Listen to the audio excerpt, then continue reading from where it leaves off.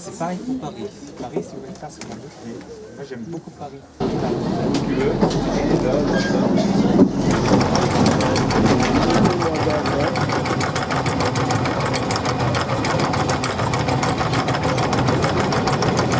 Mesdames et messieurs, bonjour et bienvenue à bord du Céline, un navire de la compagnie Naveva. Cette excursion va nous mener dans la réserve naturelle de Scandola, un endroit magnifique et classé au patrimoine mondial de l'humanité par l'UNESCO.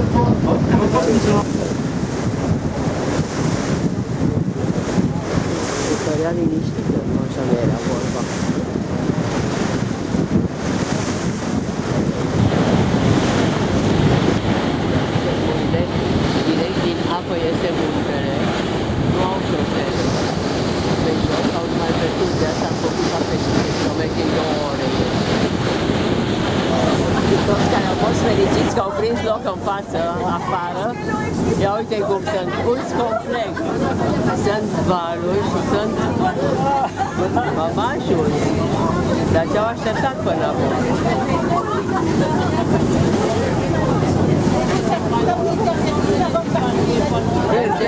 Să ne grăbești niciodată, să nu uiți prea repede.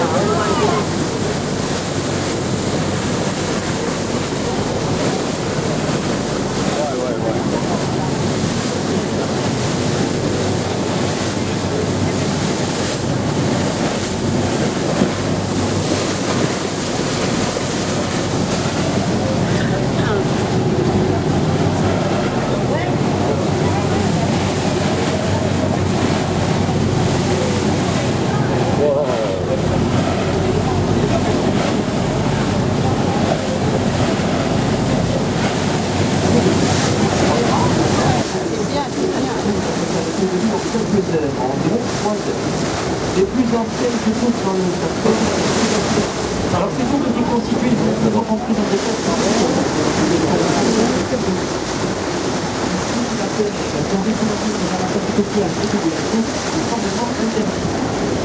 nous n'avons tout simplement pas le droit de compter sur les mots.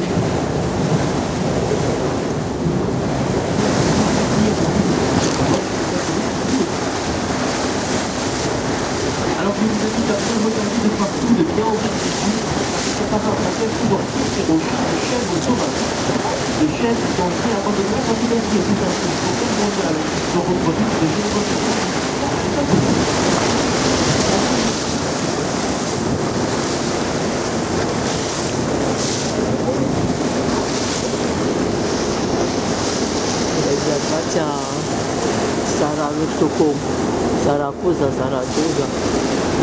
Et dans quelques instants, vous allez apercevoir une formation géologique très particulière. C'est en partie pour cela que la réserve a été classée à l'UNESCO en 1983.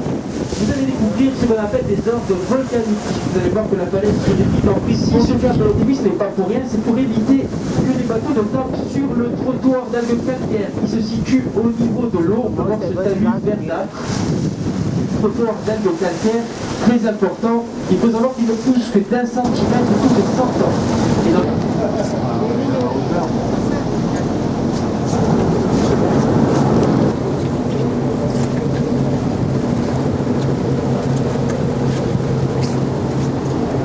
juste au-dessus de l'eau, au-dessus du trottoir d'algues calcaires, on voit cette bande noire.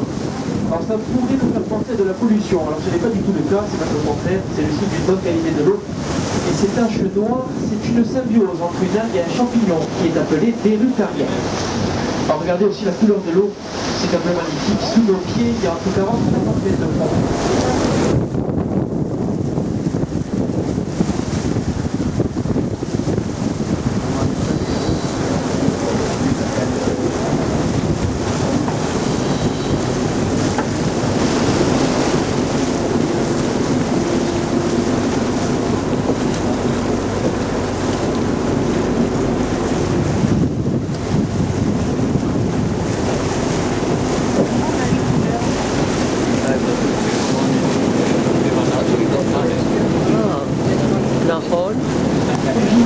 Maintenant, regardez complètement sur la droite du navire et regardez l'îlot du Palazzo, donc l'îlot le plus loin de nous en dernier plan. Coloane de bazalt orizontale. Plus loin de nous, en dernier plan, complètement sur la droite du navire. Alors ça, c'est quelqu'un de très célèbre sur le plan, mais qui plonge à plus de 20 mètres de profondeur. Alors comme pour la faille du Palade, les gens se trouvant sur l'arrière du navire, ne vous inquiétez pas, nous allons faire un demi-tour.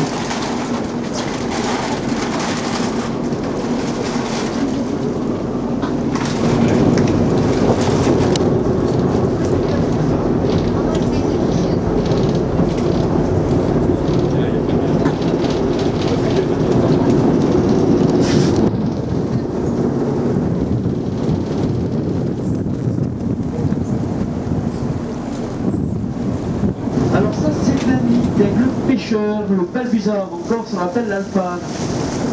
On le voit très bien, ce nid qui se dégage dans le ciel, complètement sur la droite. Le balbuzard, il faut le savoir, à la création de la réserve, il ne restait plus que 2 couples.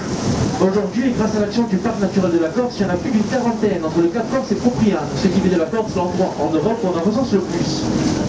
Alors le balbuzard est très fidèle dans son nid. Il faut savoir que tous les ans, il revient toujours dans le même et tous les ans, il agrandit. Il est aussi très fidèle dans son couple. Quand monsieur balbuzard a rencontré madame, c'est pour la vie. Alors, par contre, c'est un peu différent pour madame. Si monsieur ne ramène pas assez de poissons ici, il ne s'occupe pas du nid. Et il change un embrun plus fort, plus jeune, plus vigoureux. Un peu comme vous, mesdames. Comme quoi, l'homme n'a rien inventé. Alors le balbuzard fait entre 2 et 3 aiglons. Le plus jeune des aiglons est jeté du nid par ses frères et sœurs. Et une petite plage de galets, une plage de galets où venaient se reproduire avant que la réserve ne soit créée. Les peuples intelligents disent que c'est plus facile de se nourrir par les filets de pêche plutôt que de se nourrir par eux-mêmes.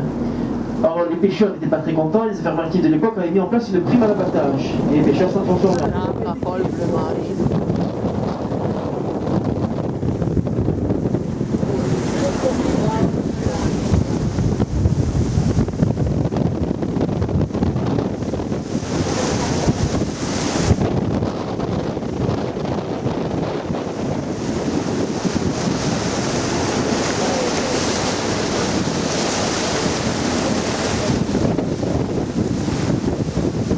Alors si vous avez du mal à apercevoir ce gardien, n'hésitez pas à demander à mon collègue David. Il se ferait un plaisir de vous le montrer. Voilà, là complètement sur la droite maintenant, le plus gros rocher avec ses cavités noires. Ça nous fait penser à une tête de mort.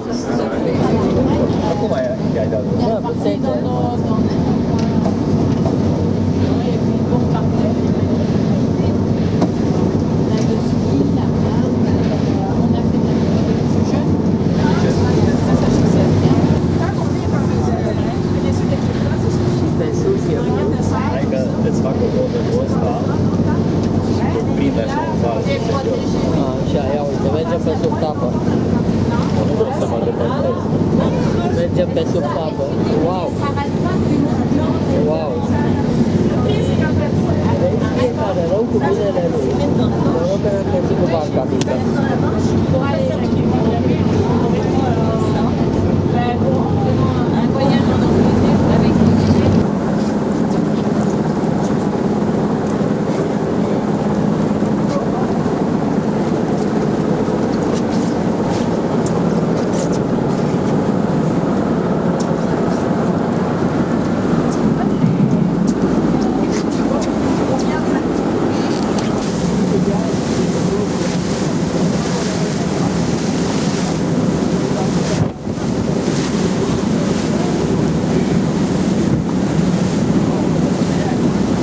Alors regardez messieurs dames sur la gauche, on aperçoit cet énorme rocher avec un panneau vert à l'intérieur qui nous fait penser à une gueule d'hippopotame ou de serpent avec un peu d'imagination. Avec le panneau.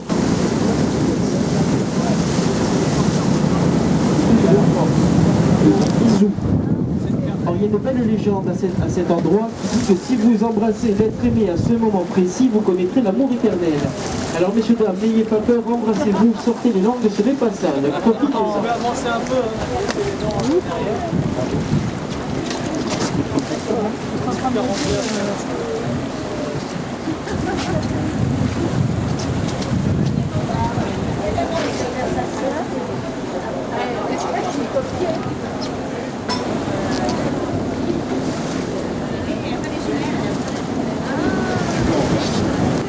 Non, c'est un éléphanto.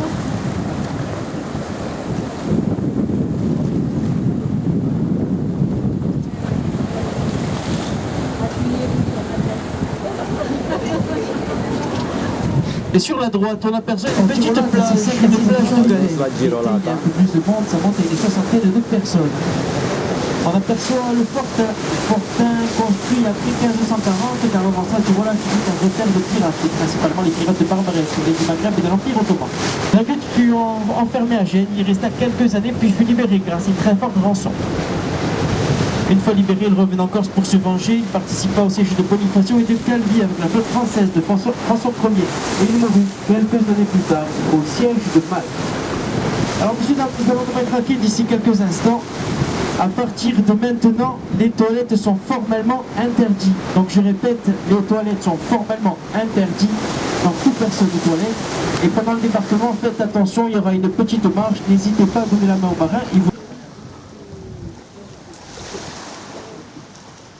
Zeloya. Questo è un po' Network, sempre già.